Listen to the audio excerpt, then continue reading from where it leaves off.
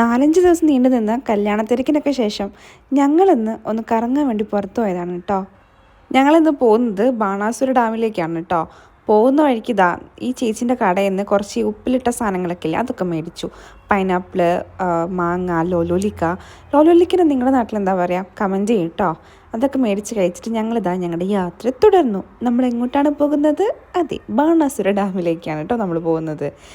പോകുന്ന വഴിക്ക് as usual എനിക്ക് പിന്നെ വണ്ടിക്കകത്ത് കയറിയ വിശപ്പിൻ്റെ വിളിയാണ്. വീട്ടിൽ നിന്ന് പുറത്തിറങ്ങി എനിക്ക് പിന്നെ ഫുൾ വിശപ്പാണ്. പോകുന്ന വഴിക്ക് തന്നെ ഇതുപോലൊരു ചേച്ചിമാരുടെ കട കണ്ടു.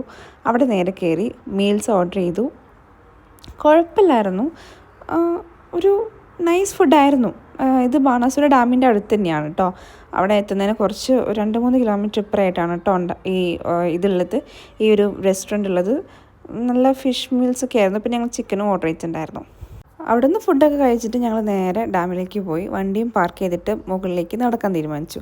പക്ഷേ വെയിലും കുടയും എടുക്കാത്തത് കാരണം ഞങ്ങൾ നടന്നിട്ടുണ്ടായിരുന്നില്ല. അവിടെ എത്രയോ 10-20 രൂപ കൊടുക്കുമ്പോഴെങ്ങാനും നമുക്ക് വാൻ അവൈലബിൾ ആണ്. അപ്പോൾ ആ വാനിലാണ് കേട്ടോ ഞങ്ങൾ മുകളിലേക്ക് പോയിട്ടുണ്ടായിരുന്നത്. മാരക ചൂടായിരുന്നു, ഒന്നും പറയാനില്ല, നല്ല ചൂടായിരുന്നു. ജനുവരി ആയിട്ട് പോലും നല്ല ചൂടുണ്ടായിരുന്നു. അങ്ങനെ വാനിലൊക്കെ കയറി സീറ്റൊക്കെ കിട്ടി ഞങ്ങൾ നേരെ മുകളിലെത്തി. കുടയില്ലാതെ ഒരു ജീവിതമില്ല എന്നുള്ള രീതിയിലാണ് അമ്മ ഉണ്ടായിരുന്നത് കേട്ടോ. ഒരു കുടയും ഞങ്ങൾ 3 പേരും ഉണ്ടായിരുന്നു. നല്ല വെയിലായിരുന്നു, ഭയങ്കര വെയിലായിരുന്നു. അവിടെ നിന്ന് കുറച്ച് ഫോട്ടോസൊക്കെ എടുത്തിട്ട് ഞങ്ങൾ നേരെ ഈ ഊഞ്ഞാലൊക്കെയുള്ളൊരു സ്പോട്ടില്ലേ, അവിടേക്ക് പോയി. ശ്രീകുട്ടൻ പിന്നെ കിട്ടിയ അവസരം മാത്രം എടുക്കാൻ തോന്നുന്നു, അങ്ങ് ആട്ടി വീടുമായിരുന്നു കേട്ടോ എന്നെ. എനിക്കാണെങ്കിൽ ഭയങ്കര പേടിയും.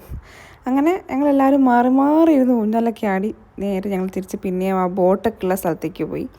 പക്ഷെ അവിടെ എന്തോ അന്ന് സ്ലോട്ട് കുറവായിരുന്നു, അങ്ങനെ എന്തൊക്കെയോ പ്രശ്നങ്ങളൊക്കെ ഉണ്ടായിരുന്നു. അത് ഞങ്ങൾ ബോട്ടിൽ കയറിയിട്ടുണ്ടായിരുന്നില്ല. കുറച്ച് നേരം കൊണ്ട് അവിടെ നിന്ന് വ്യൂ ഒക്കെ കണ്ട് ഞങ്ങൾ നേരെ തിരിച്ച് വീട്ടിലേക്ക് പോന്നു. അപ്പോൾ ഇത്രയ്ക്കുള്ളൂ. ബൈ.